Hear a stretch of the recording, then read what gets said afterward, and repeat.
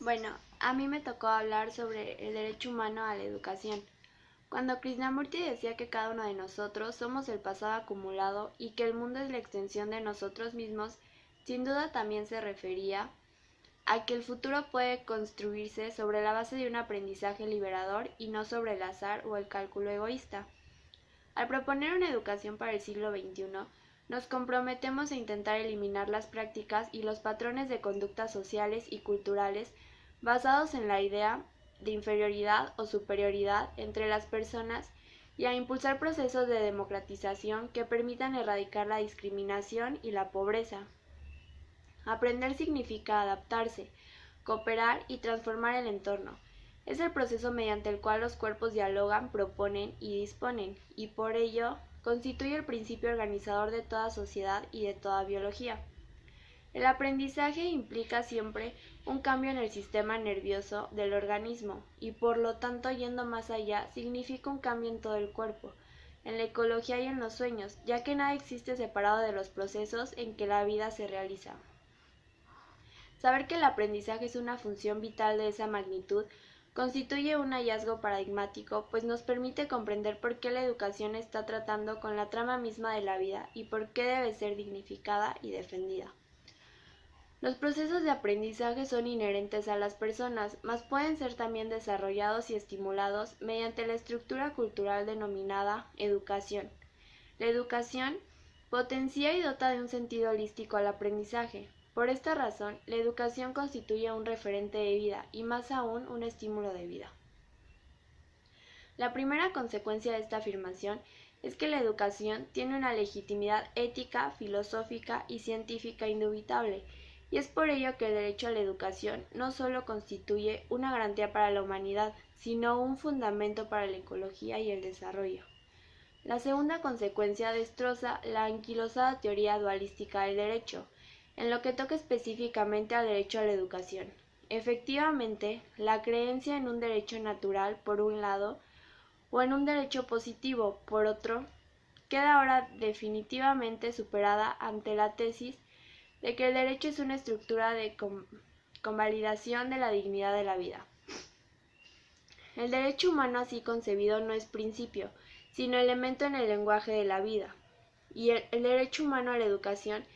se centra en la tutela y protección del aprendizaje como factor vital que rechaza una connotación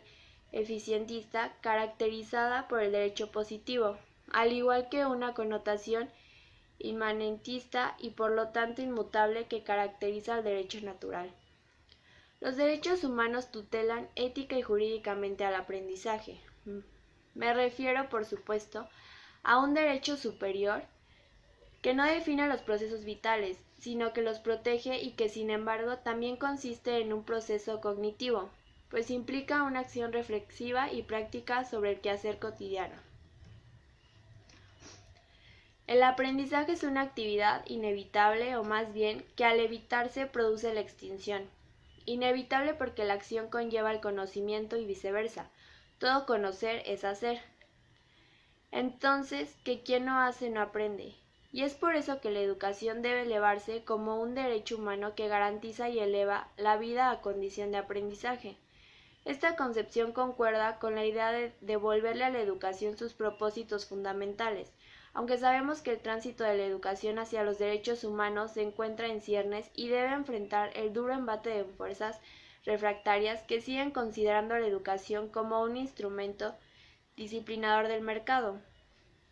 consecuentemente como un tipo de servicio que responde a los intereses de la economía antes que a las necesidades de los seres humanos. La pobreza y el limitado acceso a la educación y servicios de salud contribuyen a la negación de los derechos económicos, sociales y culturales de los grupos históricamente discriminados, mientras las tradiciones patriarcales incrementan los obstáculos para la participación de las mujeres en los roles de liderazgo y en los procesos de toma de decisiones.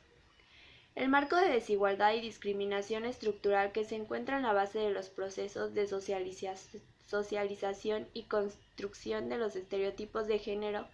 en muchos de los sistemas educativos. Afecta también a los niños y a los adolescentes, quienes por lo regular se encuentran condicionados o son incitados a comportamientos intolerantes o abiertamente violentos.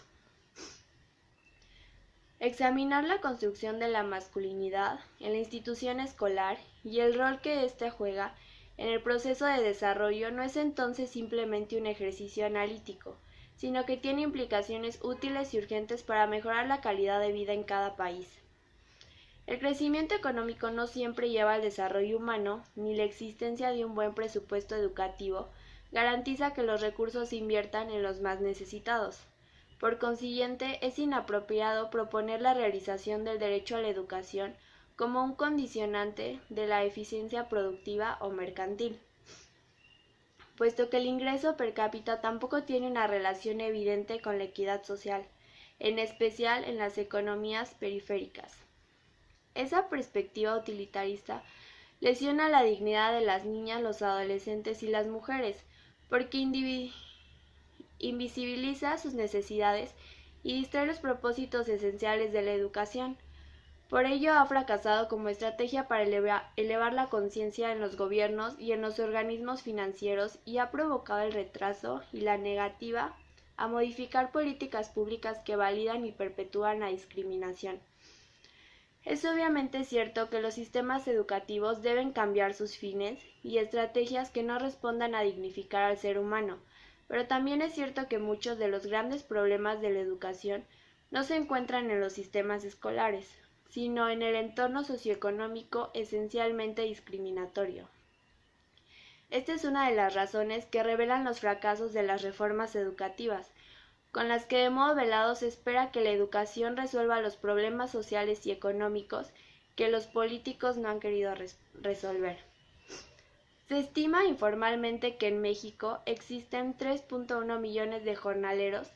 1 millón de los cuales son personas menores de 18 años, víctimas del trabajo infantil agrícola y urbano, que en su mayoría no reciben ninguna atención educativa del gobierno. Para tener idea de la dimensión del problema, hay que decir que el 70% del rezago educativo lo aportan las familias jornaleras, que además se caracterizan porque las madres y padres de familia son analfabetas totales o funcionales, o bien se encuentran con un gran rezago educativo.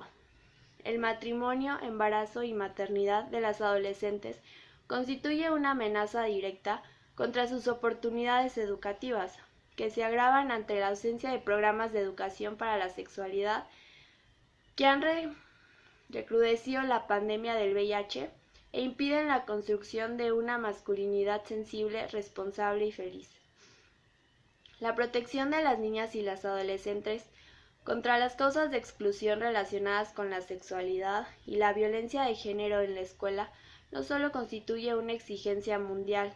de primer orden, sino que implica y compromete a todo el dispositivo educativo, desde la producción de libros de texto y la construcción de instalaciones sanitarias hasta la formación, contratación, sensibilización y capacitación de docentes. Este reto para los años venideros debe sumarse a las muy conocidas formas de exclusión de las personas con discapacidad, de los grupos migrantes, de los y las privadas de libertad, de las poblaciones indígenas, las minorías étnicas y culturales, sin dejar de nombrar a las personas que son brutalmente alejadas de la escuela a causa de los conflictos bélicos. Se estima que al menos la mitad de los 120 millones de niños y niñas que no reciben educación se encuentran en países que sufren situaciones de conflicto o que los han sufrido recientemente. De los 3.6 millones de personas muertas en las guerras desde 1990, casi la mitad fueron niños y niñas. Hemos demostrado reiteradamente que el acceso escolar por sí solo no representa una garantía y que la necesidad de impulsar la educación de calidad basada en el aprendizaje y en la vivencia de los derechos humanos es requisito para desarrollar una resistencia eficiente contra todas las reformas de exclusión y discriminación, pues los estereotipos de género, las amenazas a la seguridad emocional de los niños y niñas y los currícula insensibles a la diversidad conspiran directamente contra la realización del derecho a la educación. El derecho a la educación constituye una responsabilidad colectiva que implica el respeto hacia las particularidades de cada persona. Es la praxis de la diversidad, en la medida en que el aprendizaje supone el reconocimiento y el respeto del otro y la otra, y por lo tanto, de la posibilidad del consenso, la aceptación del disenso y del diálogo respetuoso dirigido a la convivencia pacífica. La necesidad de construir ciudadanías activas, inclusivas, responsables y autónomas debe levantarse también sobre la base de las culturas, las lenguas, las tradiciones y el derecho consuetudinario, tanto como de la desconstrucción e interpretación de los derechos humanos. Actualmente habitan 40 millones de indígenas latinoamericanos que hablan 500 lenguas diferentes y una incalculable cantidad de dialectos. Esa interacción en el ámbito de las autonomías de los pueblos y las personas construye un aprendizaje riquísimo y alienta el fortalecimiento de capacidades y oportunidades, pues a mayor trayectoria de experiencias educativas endógenas aparece una menor y más amplia preparación de los recursos destinados a la educación. Algunas tendencias internacionales defienden una concepción del derecho a la educación basada en estándares pedagógicos que proponen un sistema educativo uniformado y racionalista. Esos estándares podrían tener alguna importancia, pero también suponen relaciones formales, conceptuales y lingüísticas que reflejan un modelo patriarcalista que se disfraza de cohesión social y termina siendo expulsor y discriminatorio. Por ejemplo, en las poblaciones indígenas mexicanas, ni el 1% que ingresa en primaria logra entrar a la universidad, motivo por el cual las exclusiones de las oportunidades educativas en México tienen destinatarios muy precisos, que se pueden resumir en una frase: las poblaciones pobres reciben una educación empobrecida. El derecho a la educación de cada pueblo parte de la necesidad de mantener y expresar un sentido de pertenencia y de proveniencia esencial, que involucra otro sentido de resistencia enmarcado en el derecho a la autonomía cultural, social y política. Además, ese derecho a la educación supone la necesidad de desarrollar formas que garanticen el enriquecimiento de modalidades educativas basadas en las propias realidades y aspiraciones de los pueblos. Sin embargo, el nuevo concepto de la educación en la interculturalidad es altamente reactivo para los sistemas convencionales que le temen como al vacío, pues desborda el planteamiento mecánico de su pedagogía para las demandas del mercado.